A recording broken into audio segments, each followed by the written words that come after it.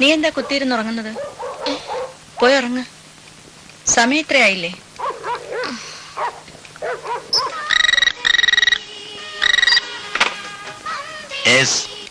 ഞാൻ സുനന്ദയാണ്. ഞാൻ ജെയിംസാ. ഉണ്ട്, ബോംബെന്ന് 2-3 കസ്റ്റമേഴ്സ് വന്നിട്ടുണ്ട്. അവരുമായിട്ട് സംസാരിച്ചോണ്ടിരിക്കുക. അരമണിക്കൂറിന് എത്തും തോന്നുന്നു. വേണമെങ്കിൽ ഞാൻ ബാലിനെ വിളിക്കാം. വേണ്ട, വീട്ടിൽ നിന്ന് വിളിച്ചിരുന്നു പറഞ്ഞാ മതി.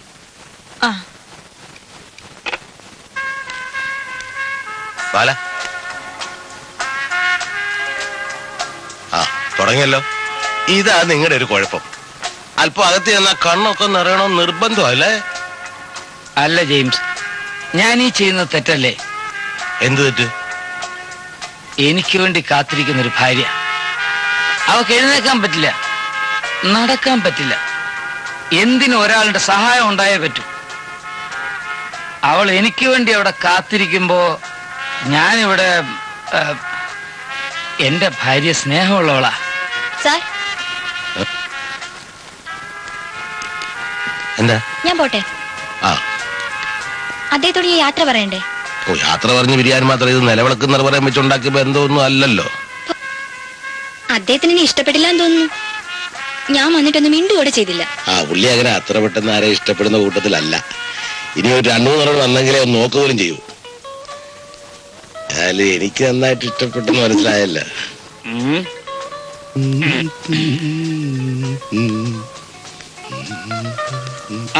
ജെയിംസേ, എന്നെ കണ്ട ഒരുപാട് കഴിച്ചായിട്ട് തോന്നുമോ? 8 പെഗ് കഴിച്ചാണെന്ന് എന്തായാലും തോന്നുന്നില്ല. അപ്പൊ ഞാൻ ഇറങ്ങട്ടെ. ഒരുപാട് വൈകി. ഇപ്പൊ 8 പെഗ് കഴിച്ചെന്ന് തോന്നുന്നു. നമ്മൾ കൂടുന്നതിന് മുമ്പ് എനിക്കൊരു 50,000 രൂപയുടെ ആവശ്യമുണ്ടെന്നും അത് നിങ്ങൾ തരാമെന്നൊക്കെ പറഞ്ഞിരുന്നു. ഞാനത് എന്റെ ബ്രീഫ് കേസ് എവിടെ? അതിലുണ്ട്.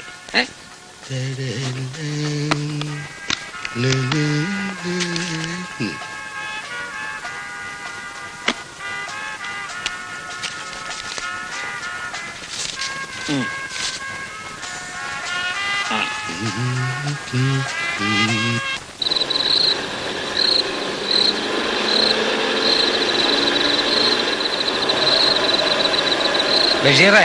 സാർ. എന്തടേ ഒന്നും മിണ്ടാത്തത്? ഒന്നുമില്ല സാർ. നീ എന്തെങ്കിലും ഒന്ന് പറയടേ. സാറിനോട് ഞാനൊരു കാര്യം പറഞ്ഞ സാറിന് വിഷമമുണ്ടായിരുന്നു. നീ പറ. സാറിന്റെ ഈ പോക്ക് അത്ര ശരിയല്ല. സാറിന്റെ കൂട്ടുകെട്ട് ശരിയല്ല. ജെയിംസ് സാർ അത്ര നല്ലവനൊന്നുമല്ല. വണ്ടി നിർത്ത്.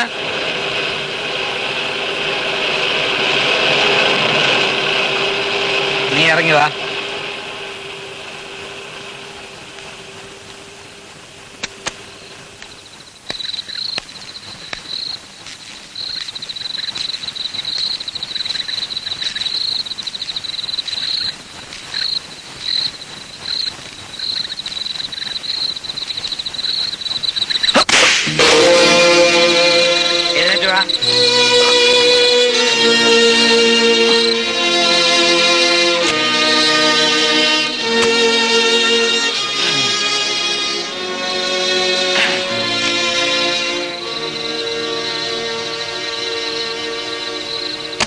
വണ്ടി ഓടിക്കാന്നുള്ളതാണ് നിന്റെ ജോലി.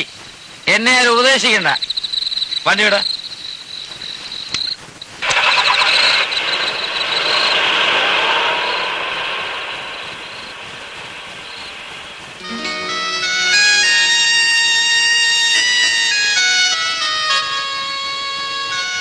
സാറിന് എന്നെ ഒരു കാരണവുമില്ലാതല്ലേ. എനിക്ക് വിഷമമില്ല. എന്നെ കൊല്ലാനുള്ള അധികാരം വരെ സാറിനുണ്ട്.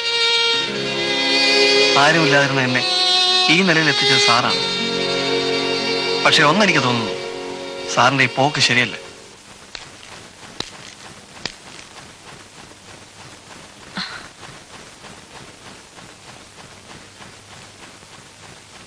ഒരു നല്ല കോംപ്ലിമെന്റ് തന്നാ സ്വീകരിക്കുമോ? ഈ സാരി ഉടുത്തിരിക്കുന്നത് കാണുമ്പോ ഈ ലോകത്തെ ഏറ്റവും വലിയ സുന്ദരി എന്റെ ഭാര്യയാണെന്ന് തോന്നുന്നു. വേണ്ട, ഈ പറഞ്ഞതിന്റെ അർത്ഥം എന്റെ ഭർത്താവ് ഇന്ന് 10-ലധികം ഡ്രിങ്ക്സ് കഴിച്ചിട്ടുണ്ടെന്നാണ്.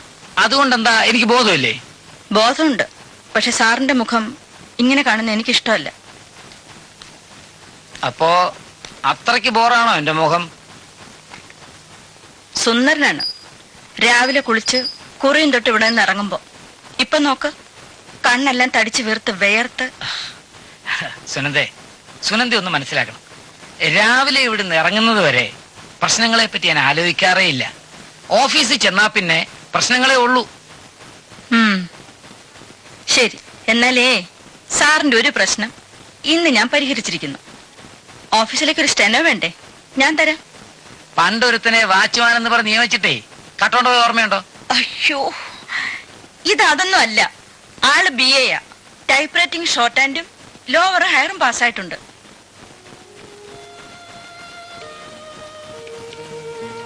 ആരാ കക്ഷി?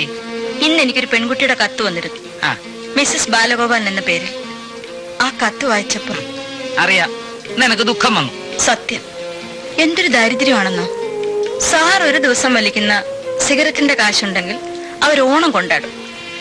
നാളെ ആ കുട്ടി അമ്മയും സാറിനെ കാണാൻ വരുന്നുണ്ട്. അതിനു മുമ്പ് എനിക്ക് എഴുതിയതാ ശുപാർശയ്ക്ക്. അവര് വന്നാൽ ആ കുട്ടിക്ക് തന്നെ ജോലി കൊടുക്കണേ. ശരി, സമ്മതിച്ചു.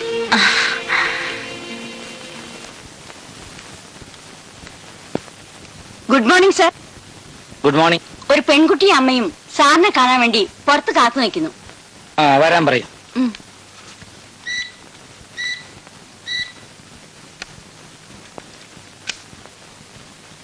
സൂപ്രണ്ടിനോട് ഉച്ച കഴിഞ്ഞ് എന്നെ വന്ന് കാണാൻ പറയും.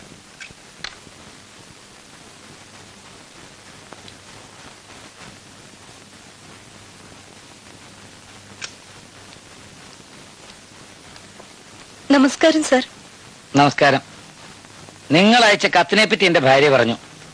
ഞാൻ ഭാര്യ പറഞ്ഞാൽ കേൾക്കുന്ന ആളാണെന്ന് നിങ്ങളോട് ആരാ പറഞ്ഞു? ഞങ്ങൾക്ക് വേണ്ടി ശുപാർശ ചെയ്യാൻ ആരുമില്ല സാർ. അപ്പോഴെനിക്ക് തോന്നി, ഒരു കുടുംബമായിട്ട് ജീവിക്കുന്ന ആളാവുമ്പോ എപ്പോഴും ഭാര്യ പറഞ്ഞത് കേൾക്കുമല്ലോ. അതുകൊണ്ടാ ഞാൻ ഇവളോട് പറഞ്ഞ് ഒരു കത്ത് സാറിന്റെ ഭാര്യയ്ക്ക് അയപ്പിച്ചത്. നിങ്ങൾക്ക് ഇതിനു മുമ്പ് എവിടെങ്കിലും ജോലി ചെയ്ത് പരിചയമുണ്ടോ? എന്ത് പണി പറഞ്ഞാലും ഞാൻ പഠിച്ചോളാം. പരിചയമില്ലാതെ എങ്ങനെ എന്ത് പണി പറഞ്ഞാലും പഠിക്കുന്നത്? ശ്രമിച്ചാൽ സാധിക്കാത്ത കാര്യമുണ്ടോ സാർ? ഓഹോ, അങ്ങനെയാണോ? അങ്ങനെയാണെങ്കിൽ ഒരു പാട്ട് പാടാൻ പറഞ്ഞാലോ? പാടാൻ സാർ.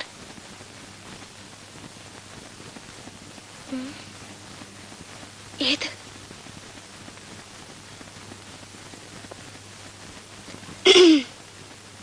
അഞ്ജന ശ്രീധര ചാരുമൂർത്തേ കൃഷ്ണ, അഞ്ജലി കൂപ്പി വണങ്ങിടുന്നേൻ കൃഷ്ണ. ഇതിലും നന്നായി പാടാൻ പറ്റും സാർ, പക്ഷേ തൊണ്ട ശരിയില്ലാത്തോണ്ടാ. എത്ര നാളായി നിങ്ങൾ ടൈപ്പ് റൈറ്റിംഗ് പാസ്സായിട്ട്? 3 വർഷമായി. ഡിഗ്രിയും കംപ്ലീറ്റ് ചെയ്തിട്ടുണ്ട്. എന്താ നിങ്ങളുടെ സ്പീഡ്? ഇപ്പം 15 ഉള്ളൂ. ശ്രമിച്ചാ ഇനിയും സ്പീഡ് കൂട്ടാ സാർ. ഒരു മാസത്തേക്ക് നിങ്ങളെ ഈ ജോലി ഏൽപ്പിക്കാം. അത് നിങ്ങൾ എങ്ങനെ ചെയ്യുന്നു എന്ന് അറിഞ്ഞിട്ട് വേണം സ്ഥിരപ്പെടുത്താൻ. പിന്നെ ഇവിടെ താമസിക്കേണ്ടി വരും. ഞങ്ങളുടെ സ്റ്റാഫ് താമസിക്കുന്ന ഒരു ഹോസ്റ്റലുണ്ട്. ബാക്കി കാര്യങ്ങളൊക്കെ മേരി പറയും. ഞങ്ങൾ പോയേ ചേരട്ടെ സാർ. വളരെ ഉപകാരം. സാറിനെ ദൈവം അനുഗ്രഹിക്കും.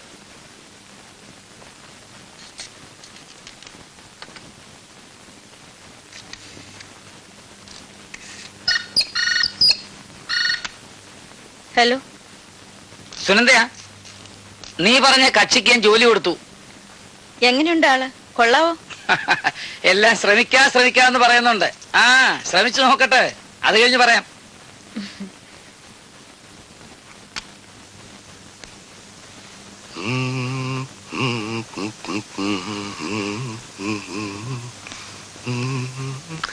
നമ്മുടെ പുതിയ സ്ഥലമായിരിക്കും ഇപ്പോൾ നാട്ട് ഇറങ്ങി പോയത്.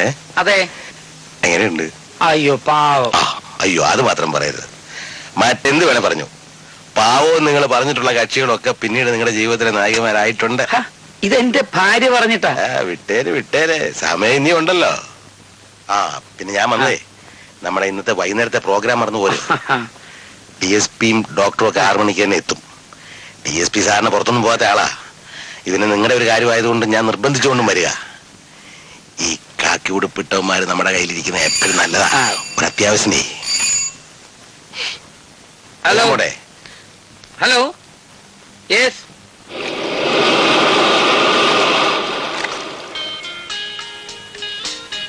ഇന്ന് രാത്രി ഒരു 4-5 പെണ്ണുങ്ങളുടെ പ്രാക്കെങ്കിലും എനിക്ക് കേൾക്കും, നിങ്ങളുടെയൊക്കെ ഭാര്യമാരുടെ.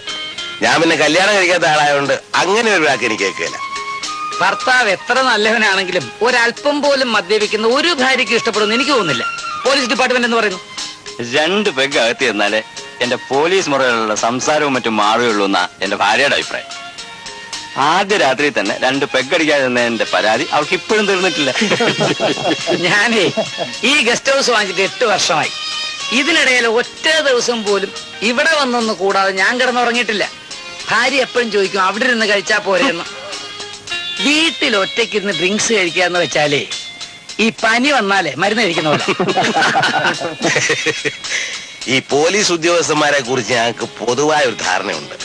ഉള്ളിലെല്ലാം വേണമെന്നുള്ള ആഗ്രഹവും പുറമെ ഒന്നും വേണ്ടെന്നുള്ളൊരു ഭാവം. എന്താ ശരിയാടാ? അല്ല ഡോക്ടറെ, ഈ പൂച്ചക്കണ്ണ് വരാൻ എന്താ കാരണം? എന്താ കാര്യം? അതെ, ബാലന്റെ പുതിയ സ്റ്റെനോയ്ക്ക് രഹസ്യ പൂച്ചക്കണ്ണ. പ്രായമുള്ള ആളുകള് ലേഡീസ് സ്റ്റെനോയെ വെക്കുന്നതിന് പ്രത്യേക കാരണമുണ്ട്. സ്റ്റെനോ ചെറുപ്പക്കാരിയാണെങ്കിൽ സഹവാസം കൊണ്ട് നമ്മുടെ യൗവനം നിലനിർത്താൻ കഴിയുമെന്നാണ് മനഃശാസ്ത്രജ്ഞന്മാരുടെ അഭിപ്രായം. സുന്ദരിയാണെങ്കിൽ പ്രത്യേകിച്ചും. സുന്ദരിയാണെന്ന് പറയാൻ പറ്റില്ല, പക്ഷെ ആ കൊച്ചിന്റെ കണ്ണുകൾക്ക് എന്തോ ഒരു പ്രത്യേകത, ആരെ ആകർഷിക്കാനുള്ള ഒരു ശക്തി. ജെയിംസിന്റെ അഭിപ്രായത്തോട് ബാല യോജിക്കുന്നുണ്ടോ? ഞാൻ ആ പെണ്ണിന്റെ കണ്ണൊന്നും ശ്രദ്ധിച്ചിട്ടില്ല. പിന്നെ ഇതാ നിങ്ങളുടെ സ്വഭാവം. ഞാനുള്ള കാര്യം തുറന്നങ്ങ് പറയും. അല്ല, നിങ്ങൾ തന്നെ പറയണം. ആ കൊച്ചിനെ കണ്ട ആദ്യം ശ്രദ്ധിക്കുന്ന അതിന്റെ കണ്ണ. അത് കണ്ടിട്ട് തുറന്ന അഭിപ്രായം പറഞ്ഞ ഞാനാണോ, അതോ കണ്ടിട്ടും കണ്ടില്ലെന്ന് അടിച്ചിരിക്കുന്ന ഇദ്ദേഹമാണ് ആരാ കാഞ്ഞ വിത്ത്?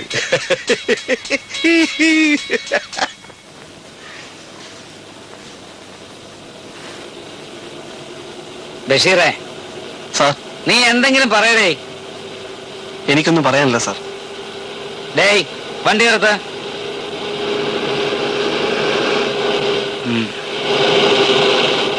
നീ ഇറങ്ങി വന്നേടേ.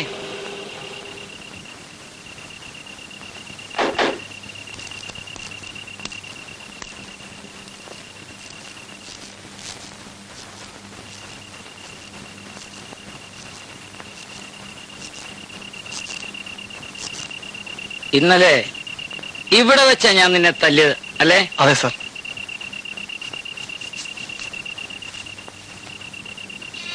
ഇതാ. എനിക്ക് വേണ്ട സാർ. എന്റെ മനസ്സിന്റെ സന്തോഷത്തിന് വേണ്ടിയാ. നീ ഇത് വാങ്ങ. വേണ്ട സാർ. സാറ് പലർക്കും ഇങ്ങനെ കൈമടക്ക് നിവർത്തി കാശെടുത്ത് കൊടുക്കുന്നത് ഞാൻ കണ്ടിട്ടുണ്ട്. ബോധമില്ലാതെ സാറ് ചെക്കപ്പ് ഇട്ട് കൊടുക്കുന്നത് ഞാൻ കണ്ടിട്ടുണ്ട്. എല്ലാവരും സാറിന്റെ നല്ല മനസ്സിനെ മുതലെടുക്കുകയാണ്. വേണ്ട, ഉപദേശം വേണ്ട. ഇങ്ങനെ പറയുന്നതിന്റെ പേരിൽ സാറിനെ തല്ലിക്കൊള്ളു, കൊന്നോളൂ. വണ്ടി ഓടിക്കുന്നതിനാണ് സാറിനെ വെച്ചിരിക്കുന്നതെന്ന് എനിക്കറിയാം. അതിനുള്ള ശമ്പളവും സാർ എനിക്ക് തരുന്നുണ്ട്. അതല്ലാതെ കൊച്ചമ്മ അറിയാത്ത കാശ് എനിക്ക് വേണ്ട.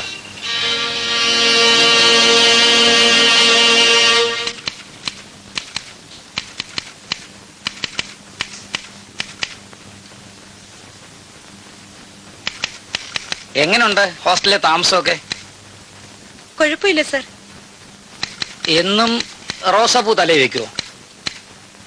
ഏയ്, അങ്ങനെയൊന്നുമില്ല. നിങ്ങൾക്ക് മുമ്പുണ്ടായിരുന്ന സ്റ്റെനോ എന്നോട് ഒരുപാട് സംസാരിക്കുമായിരുന്നു. ഞാൻ എന്ത് സംസാരിക്കാനാ സർ? ഒരു സ്റ്റെനോയും ബോസും തമ്മിലുള്ള ബന്ധത്തെക്കുറിച്ച് വത്സലയ്ക്ക് അറിയില്ലല്ലേ? എനിക്കൊരു ഫ്രണ്ടുണ്ട്. പുള്ളി ഈ ടൂറിന് ബാംഗ്ലൂർ, ബോംബെ, കൽക്കട്ട ഒക്കെ പോകുമ്പോ ഈ സ്റ്റെനോയെ കൂടെ കൊണ്ടുപോവാ. അവരെ ഒരു ഹോട്ടലിലാ താമസിക്കുക, ഒരു മുറിയിലാ താമസിക്കുക. അല്ല, അവരെ കുറ്റം പറയാൻ പറ്റില്ല. തിരക്ക് പിടിച്ച ആൾക്കാരാകുമ്പോ എപ്പോഴാ ഡിക്റ്റേറ്റ് ചെയ്യുന്ന പറയാൻ പറ്റില്ലല്ലോ.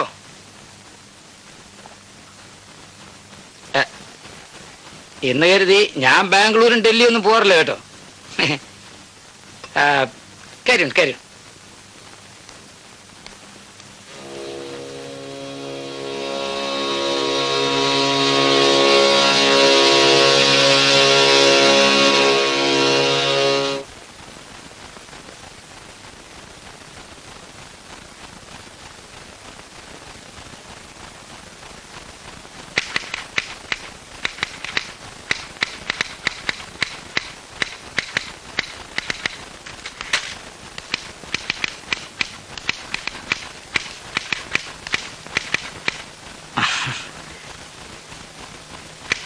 വത്സലയ്ക്ക് ഇംഗ്ലീഷ് സംസാരിക്കാൻ അറിയാം? അത്യാവശ്യത്തിന്. എഴുതാൻ അറിയാം? സംസാരിക്കുന്നതിനേക്കാൾ എഴുതാനാണ് സാർ എനിക്ക് എളുപ്പം. ഞാൻ കുറച്ച് കാര്യങ്ങൾ മലയാളത്തിൽ പറയാം. നാളെ വരുമ്പോ വത്സല ഇത് ഇംഗ്ലീഷിലായിക്കൊണ്ട് വരണം.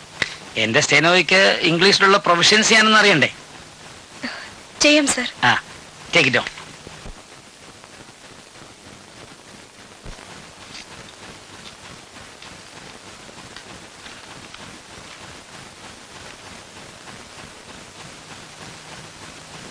എന്റെ മനസ്സൊരു വരണ്ട മരുഭൂമിയായിരുന്നു.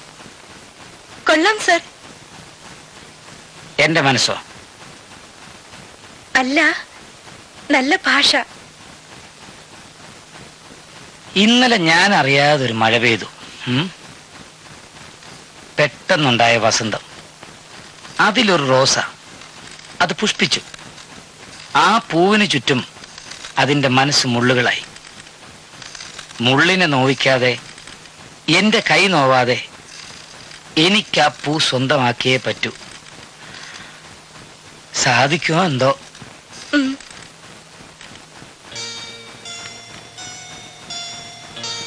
വിരലുകൾ എനിക്കിഷ്ടമാണ്, നീണ്ടു കൂർത്ത വിരലുകൾ. ഇപ്പോ ടൈപ്പ്റൈറ്ററിലെ അക്ഷരങ്ങളോട് എനിക്ക് അസൂയ.